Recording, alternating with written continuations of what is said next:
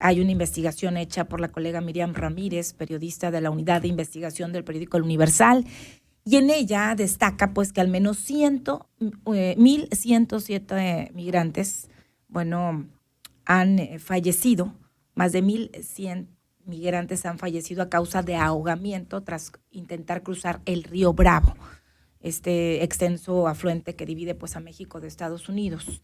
De estas muertes, un tercio de estos ahogamientos, bueno, ocurrieron entre 2017 y 2023. Para hablar de esta investigación que ha hecho Miriam Ramírez, la saludo con gusto esta mañana. Miriam, muy buenos días. Hola, muy buenos días, Karina.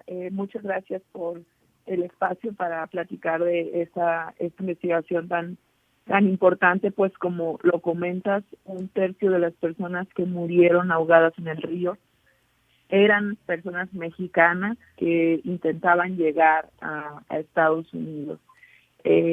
Lamentablemente, México es uno de los principales expulsores de personas y ocupa pues el primer lugar, porque el primer lugar lo ocupan las personas no identificadas. Así es. Pero pues no podemos saber de dónde son estas personas porque faltan datos para saber su origen, pero la mayoría de las personas que han muerto ahogadas en este río pues eran personas mexicanas.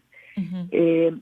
Esta es una investigación que realizamos por casi un año. Estuvimos haciéndola en colaboración con periodistas del Washington Post, sí, y de una organización llamada Lighthouse Report, junto con el equipo de El Universal. Estuvimos documentando registros de muertes por ahogamientos. Nosotros trabajamos solamente personas ahogadas en el río Bravo o que sus cuerpos se encontraron en zonas cercanas al río, y esto lo documentamos en 13 condados de Texas que hacen frontera con 4 estados mexicanos que son Coahuila, Tamaulipas, Nuevo León y Chihuahua. Bueno, Nuevo León lo dejamos fuera porque es una franja muy pequeñita la que hace frontera con Texas, y el estado de Nuevo León no reportó cuerpos. Okay. Entonces, realmente nada más son en estos 3 estados. Y bueno, destaca lo que sucedió en Coahuila, exactamente en el área de Piedras Negras, en el cruce con Eagle Pass en Texas, es donde lamentablemente se concentran la mayoría de los cuerpos. Y bueno, un hallazgo muy relevante de esta investigación es que justo ahí en esa zona es donde se ha concentrado la operación Lone Star, que es un programa implementado por el gobierno de Texas, a través del cual se ha instalado cientos de kilómetros de infraestructura antimigrantes. Uh-huh. ¿Qué es esto? El gobierno de Texas ha construido una especie de muro hecho con contenedores de carga, alambrado de púas, mallas, unas boyas con cuchillas que fueron muy polémicas en su momento, que el gobierno federal y varias organizaciones de defensa de derechos humanos lograron que Texas quitara, se retiraran con cuchillas, porque estaban en medio del río y pues si la gente era arrastrada por la corriente, uh-huh, se topaba con estas boyas pues que tenían filo, ¿no? O sea, que cortaban. También hay un despliegue de militares armados, militares tejanos que custodian toda la frontera sur con México. Y otro hallazgo muy relevante en esta investigación es que también del lado mexicano El Paso se está asfixiando con la presencia de militares del Ejército y de la Guardia Nacional, y lo que encontramos en esta investigación es que justo en las fechas, en los años en los que crecieron los ahogamientos, coincide con los años en los que se incrementó el despliegue de militares mexicanos del lado de nuestra frontera, y también en los años en los que se incrementó esta infraestructura tejana. Uh-huh.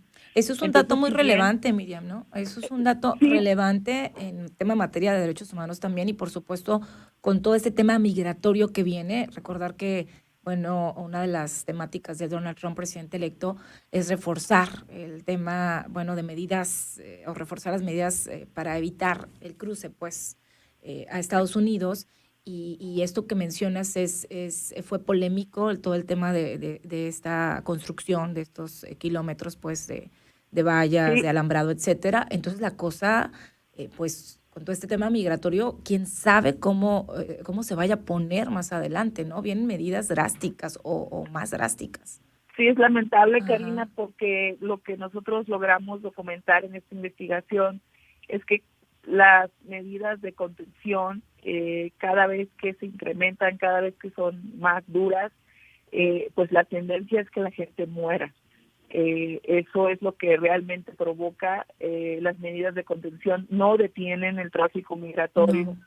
el tráfico sigue, el tráfico crece por la situación que las personas viven en sus países de origen, por las crisis que los están expulsando, que son de diferentes tipos, son crisis políticas, de seguridad, de pobreza laboral, una pobreza muy, muy extrema, de violencia y también de fenómenos naturales que está expulsando a las personas de sus Ujú. países. Entonces, realmente estas medidas de contención, la militarización de la política migratoria en México que ha crecido en los últimos años, pues lo que vemos es que orilla a las personas migrantes a tomar caminos más difíciles, más complicados, a enfrentarse al crimen organizado. Y bueno, una segunda parte de esta investigación la hacemos en la frontera sur, en Chiapas, en donde documentamos a través de testimonios de decenas de personas que allá en Chiapas al entrar a México son secuestrados, son extorsionados, se les exige una cuota para permitirles continuar su camino, son bajados del transporte público y literalmente secuestrados por el crimen, Ujú. y pues muchas personas también terminan desaparecidas o asesinadas a balazos en este territorio muy, muy complejo, porque Chiapas está viviendo una guerra entre los cárteles que operan en esa zona, que se están peleando justamente las rutas del tráfico de drogas, pero también las rutas del tráfico de migrantes. Sí.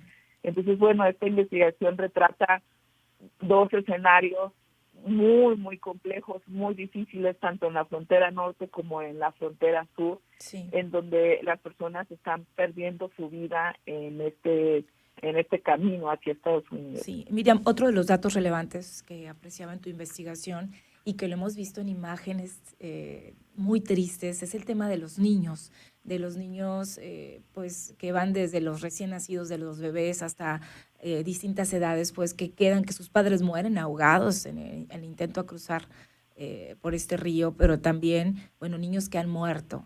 Mencionas un dato de 75 niños y niñas al menos que perdieron la vida en su intento por llegar a Estados Unidos. Cuéntanos de este dato, por favor.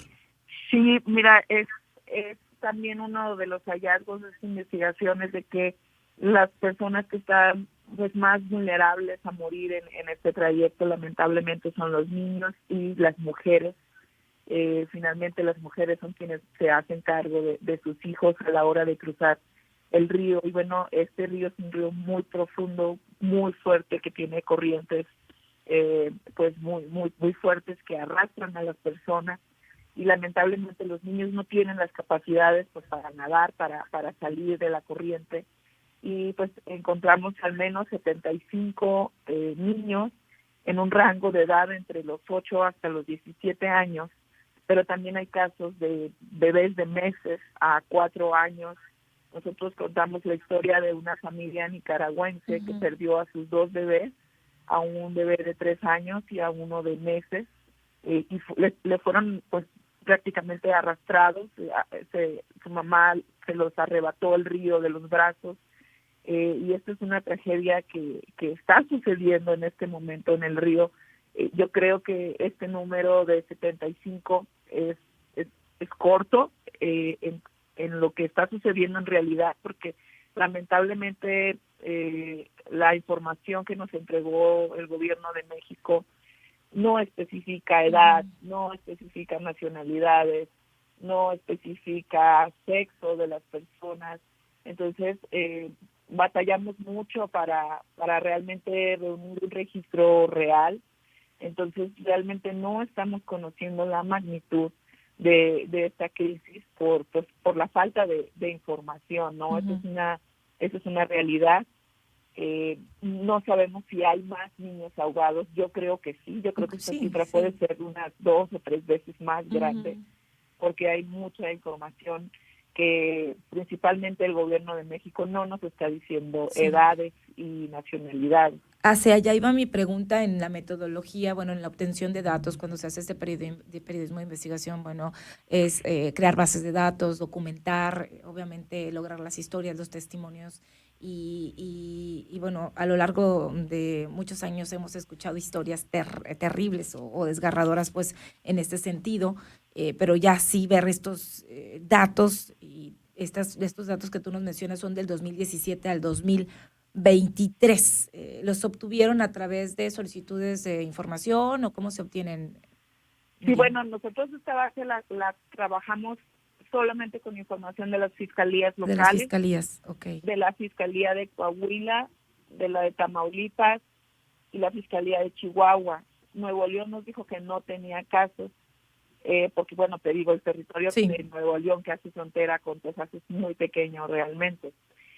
No pudimos incluir la información del Instituto Nacional de Migración, que es a la que le reporta a los grupos beta, que son estos grupos Uh-huh. que se dedican justo a rescatar los cuerpos de personas migrantes, porque el Instituto de Migración no nos desglosó la información por causa de muerte. Entonces no sabemos si esos muertes están ahogados, están pues que fallecieron por otras circunstancias. Tampoco nos lo desglosó por edad, como te comentaba, Sí. ni por Nacionalidad. origen, por Ajá. nacionalidad. Entonces realmente pues analizar la información del Instituto Nacional de Migración pues fue pues digamos que imposible, porque no Uh-huh. sabíamos si eran personas ahogadas o cuál era la condición de muerte. Sí. Y del lado de Estados Unidos recurrimos a la información de los condados. Y ahí también hay un hallazgo muy interesante porque la autoridad federal, que es la responsable de documentar las muertes de personas migrantes que llegan a Estados Unidos, es la Oficina de Aduanas y Protección Fronteriza, que es CBP por sus siglas en inglés. Sí. CBP reportaba oficialmente 498 muertes, pero nosotros al ir con cada uno de los condados que están en Texas, con autoridades de bomberos, son una larga lista de autoridades a las que se recurrió. Bueno, nosotros revelamos que realmente no son 498, sino son 858 Uh-huh. muertes ocurridas en la frontera de Texas. Ok. Entonces es casi más del doble de De lo lo que que se está reportan. reportando Uh-huh. oficialmente. Casi el doble de lo que reportan. Miriam, ¿hay alguna incidencia ya o cuál es, bueno, ya veíamos pues esta publicación, la colaboración con otros medios, bueno, además del Universal, con otros medios estadounidenses, y la incidencia, este trabajo, pues siempre que se hace un trabajo periodístico, pues la satisfacción es también que exista, evidenciar principalmente la situación, la problemática y obviamente que haya pues políticas públicas que ayuden. Me preocupa mucho el tema que viene. No sé si también identificaron los meses, pero ahorita que ya hay tanta advertencia, amenazas en el tema migratorio, pues y aunque se habla de que México va a contener, yo creo que esto va a seguir de alguna manera y la verdad la gente sigue arriesgándose y sigue cruzando de alguna manera, pues o intenta cruzar hacia Estados Unidos. ¿Hay alguna incidencia que se hace con este trabajo además de su publicación? ¿Cómo lo están abordando con las autoridades? Pues mira, lamentablemente del lado de México tocamos puertas con las autoridades para conocer sus posturas, para conocer pues qué es lo que están haciendo para evitar Sí. estas muertes. Y bueno, las respuestas fueron pues nulas o escasas. Creo que la única autoridad que nos respondió más a detalle fue el gobierno de Coahuila, pero por ejemplo la autoridad migratoria, que es el Instituto Nacional de Migración, le hicimos llegar 6 preguntas de todo lo que se logró documentar y Sí. bueno, su respuesta fue un poco pues lamentable, porque se limitó a decirnos que realiza campañas en redes sociales para prevenir a los migrantes, ¿no? Pero bueno, yo al menos hablé con decenas de migrantes que ni siquiera tienen red social, internet obviamente. en sus celulares, ¿no? Sí, o sea, claro. Es un poco absurdo decir que tu labor se limite a hacer campañas en redes sociales. Pues bueno, este tema me parece, ¿dónde podemos leer las personas que nos están escuchando que quieran, leer sobre lo que escribes y de otras investigaciones, Miriam? Sí, bueno, en el Universal, yo trabajo para la unidad de investigación del Universal, tenemos un sitio en donde pueden encontrar nuestras investigaciones y este trabajo, además hicimos un pequeño documental, el cual está en YouTube, también ahí lo pueden encontrar, pueden verlo en un video de 10 minutos que pues es un poco más fácil de entender, apreciar. de leer, de ver, ¿no? Más rápido. Y también, bueno, el trabajo completo está en un sitio que se llama Emigrar, el único camino. Y ahí, te digo, son dos partes. Una es la frontera norte y la esta frontera crisis sur de ahogamientos.